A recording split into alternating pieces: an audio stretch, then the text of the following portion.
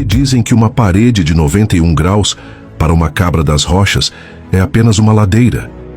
A cabra das rochas, apesar de ser uma espécie protegida de nível 2 na China e muitas vezes considerada um fracasso no reino animal, é na verdade uma verdadeira mestre da escalada. No dia a dia, ela consegue se mover por paredes verticais como se estivesse andando em terreno plano, ignorando completamente as leis da física de Newton.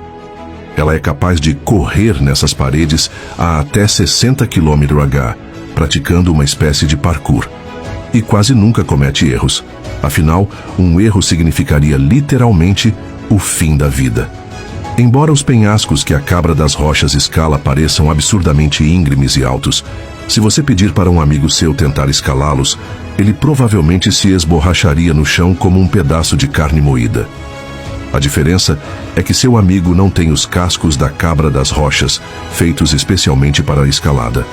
A borda do casco é dura como aço, capaz de se fixar firmemente nas fendas das pedras, enquanto o centro do casco é macio como borracha, oferecendo flexibilidade e aderência.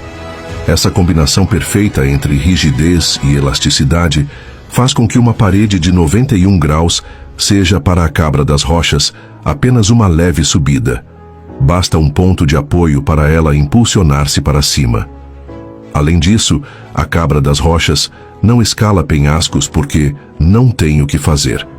Ela faz isso para lamber os cristais de sal que se formam nas superfícies úmidas das rochas, o que é essencial para manter o equilíbrio dos eletrólitos no seu corpo. E claro, viver nesses penhascos íngremes também ajuda a cabra das rochas a escapar de predadores. Só mesmo um leopardo das neves poderia tentar alcançá-la, e mesmo assim, boa sorte para ele. O céu é vasto, os campos são selvagens. Quando o assunto é conquistar fêmeas, ele entende do assunto. Apesar de a outra parecer indiferente, o cheiro do cio não mente. Mas claro, uma boa pérola precisa vir acompanhada de um chá quente, importado, cremoso e que não gruda nos dentes. Esses são os carneiros de Dall, que vivem nas montanhas nevadas do Alasca. Eles sobrevivem se alimentando da grama mais espessa sob a neve. As fêmeas pesam cerca de 162 quilos e os machos 178 quilos. Com um pouco de pimenta por cima, dá para alimentar uma família inteira. Todo mês de dezembro começa o período de acasalamento, a melhor época para conquistar as fêmeas, depois de um ano separados. Mas claro, tudo precisa do consentimento das damas. Durante o cheira-cheira, os carneiros precisam interpretar os cheiros deixados pelas fêmeas nas fezes para saber se tem alguma chance. Por coincidência, ou não, 2 machos se interessaram pela mesma fêmea, a desejada Yang Zhenxiang. O problema? Eles são colegas de quarto, por isso os dois começaram com uma disputa mais contida, só sondando. Mas no fim, partiram mesmo para a briga de chifres. 3 juízes assistiam ao embate.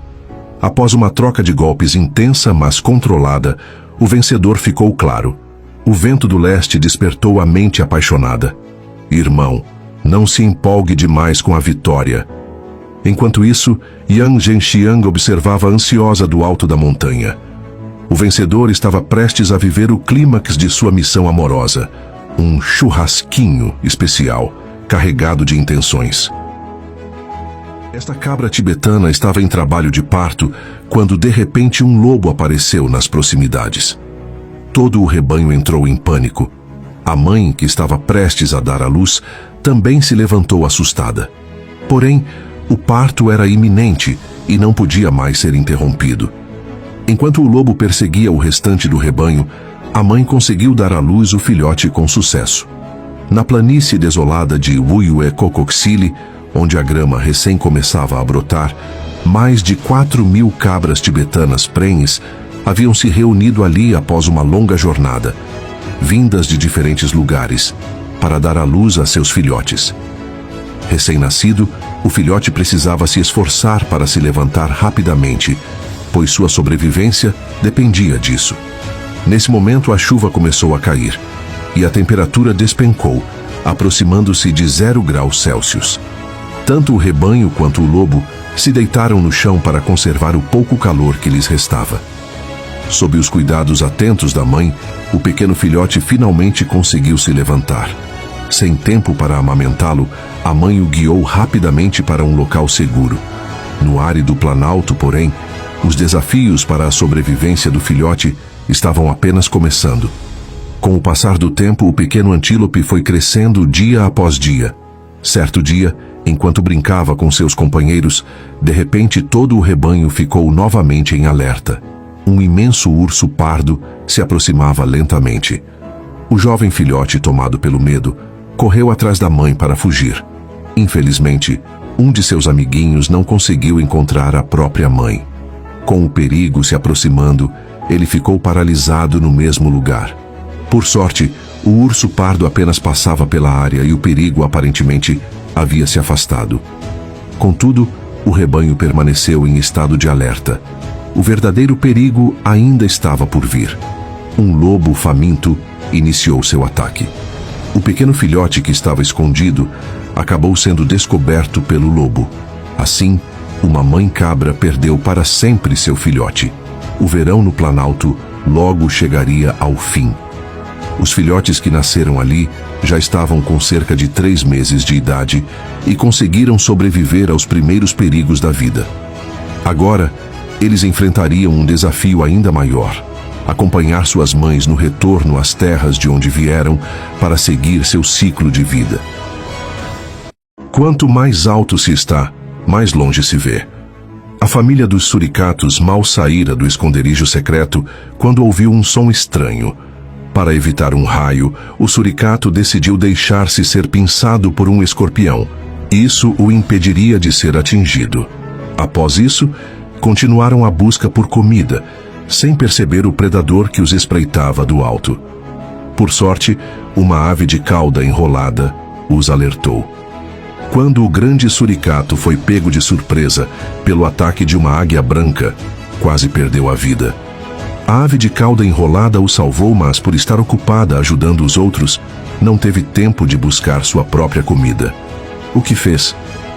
Esperou o suricato encontrar alimento e, em seguida, passou uma informação falsa, enganando-o para ficar com a refeição dele. Astuta, não? Depois de ser enganada algumas vezes, a família dos suricatos decidiu colocar um deles como vigia, encarregado de cuidar da segurança. A ave, porém, foi mais esperta. Imitou a voz do vigia e conseguiu enganá-los de novo. Após enganar 2 vezes seguidas, a ave de cauda enrolada concluiu uma verdade universal: comer reduz a fome. Essa ave possuía 3 ovos. No calor escaldante da África, ela usava o próprio corpo para proteger os ovos do sol.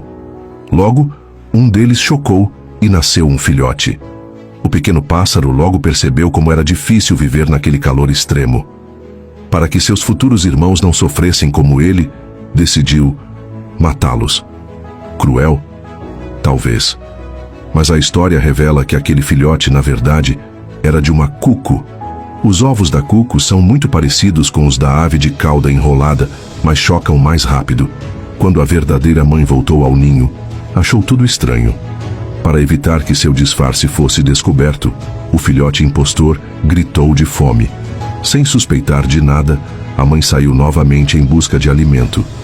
Ao voltar, encontrava apenas seu único filho, que na verdade era o filhote da cuco. Enquanto isso, o pequeno suricato completava 1 mês de vida. A mãe, sem conseguir encontrar comida suficiente, roubou os gafanhotos que o vizinho pendurava nos galhos. O vizinho, gentil, ainda desejou felicidades à família do suricato. Mas aquela pouca comida não bastava. A mãe suricata, faminta, tomou uma decisão extrema. Comeu seu próprio filhote, para que ao menos ele não sofresse de fome. Mais amor, mais carinho e às vezes mais proteína também, pensou ela. Comer o próprio filho parecia mais seguro do que deixá-lo morrer aos poucos. A cena foi tão chocante que até um esquilo, vendo aquilo, decidiu se vingar. Enquanto a suricata dormia, o esquilo atacou para se vingar da morte do filhote. Depois disso, a mãe suricata refletiu sobre suas atitudes. No fim das contas, os filhotes nem eram tão fortes assim. Então ela resolveu tentar roubar da ave vizinha. De novo, fazer o quê, né? Sobrevivência na natureza não tem dó. A floresta silenciosa, onde cada folha caída é ouvida como um sussurro, um predador se aproxima sorrateiramente. Seus sentidos aguçados captam o menor sinal de movimento, e é assim que ele percebe algo incomum no tronco de uma árvore próxima. É uma mão de cauda dourada. Mas, diferente do esperado, ela não foge. Com coragem surpreendente, encara o inimigo. Seus olhos brilham em alerta. Ela abre a boca em um gesto ameaçador, avisando: não se aproxime. Como resposta à ameaça, sua cauda se ergue com firmeza. Em um movimento ágil, ela dispara uma rajada de muco espesso e mal cheiroso na direção do predador, mirando diretamente em seu joelho. O líquido não é tóxico, mas sua viscosidade é intensa e o odor quase insuportável. Isso basta para confundir e afastar o invasor. A mão de cauda dourada permanece firme, vitoriosa, provando que, mesmo os pequenos, podem ser grandes na hora certa. Em um aconchegante e confortável ninho, o panda vermelho Zashi está limpando a pelagem de sua filha. Esse cuidado ajuda a manter a saúde do filhote e fortalece o vínculo entre mãe e filha. Os pandas vermelhos geralmente têm 2 filhotes, mas Zashi teve apenas um. Enquanto ela sai para procurar comida, o filhote adormece profundamente, parecendo ainda estar mamando. Embora os pandas vermelhos, como os pandas gigantes, comam bambu, sua alimentação é escassa, e eles precisam consumir 1/3 de seu peso corporal em bambu diariamente. Voltando no tempo meses atrás, em um dia de tempestade de neve, Zashi estava, como de costume, comendo bambu nas montanhas do Himalaia. Perto dele, um pretendente tentava chamar sua atenção, mas Zashi continuava comendo sem se importar. Mesmo assim, o pretendente não desistiu, e quando Zashi parou de comer, o seguiu, até que sua persistência conquistou Zashi. Eles brincaram na neve, perseguindo-se em uma corrida divertida. Já em abril, Zashi começou a procurar um lugar adequado para o ninho. O novo ninho precisava ser quente, bem escondido e seguro, longe dos predadores. Após algumas semanas de busca, Zashi encontrou uma árvore com um buraco perfeito em uma floresta de azáleas. Ao entrar, Zashi usou seu nariz para checar se não havia outros animais por ali. Após certificar-se de que o local estava livre, ela decidiu usá-lo e foi procurar bambu para esconder ainda mais o ninho. Antes de dar à luz, Zashi organizou o ninho com mais cuidado. Pouco depois, ela deu à luz uma filhinha. A filhote ainda não conseguia abrir os olhos. Para cuidar dela, Zashi geralmente procurava comida nas proximidades, mas em uma dessas saídas, uma rã apareceu perto do ninho. Felizmente, a rã não oferecia perigo para a filhote, mas nem todos os encontros seriam tão tranquilos. Logo após sair, Zashi percebeu um predador, o macaco dourado, se aproximando. No entanto, a atenção do macaco foi desviada por um coelho, e ao seguir o coelho, o perigo passou. Aflita, Zashi decidiu ficar perto da filha. Enquanto isso, no alto de uma árvore, o corvo chamado Qiaozi estava incubando ovos sem saber que Zashi o observava. Quando o corvo saiu para buscar comida, Zashi viu sua chance e se aproximou sorrateiramente para roubar alguns ovos. No entanto, antes que pudesse alcançar seu objetivo, Qiaozi retornou inesperadamente. Frustrada, Zashi teve que voltar a comer bambu. No outono, a filhote já tinha quase 4 meses e estava começando a acordar de seu sono, brincando com os galhos que sua mãe preparava para ela, para ajudar a fortalecer suas garras. Após um tempo brincando, a filhote voltou a dormir enquanto Zashi, fora do ninho, enfrentava um perigo. Um leopardo das neves apareceu. Zashi, com sua força, subiu rapidamente na árvore, mas o leopardo a seguiu. Percebendo que a árvore era estreita demais para o leopardo, Zashi subiu para os galhos mais finos e, quando o predador desistiu e se afastou, Zashi desceu rapidamente da árvore. O ambiente estava cada vez mais perigoso e, decidida, Zashi decidiu sair com sua filhote para um lugar mais seguro. De volta ao ninho, Zashi pegou a filhote e saiu, apesar do protesto do filhote, que não entendia a situação. Após uma longa caminhada, Zashi levou a filhote para um novo ninho, localizado em um buraco de árvore, onde havia se protegido anteriormente contra o macaco dourado. A filhote, já cansada, se aninhou ao lado de sua mãe e logo adormeceu.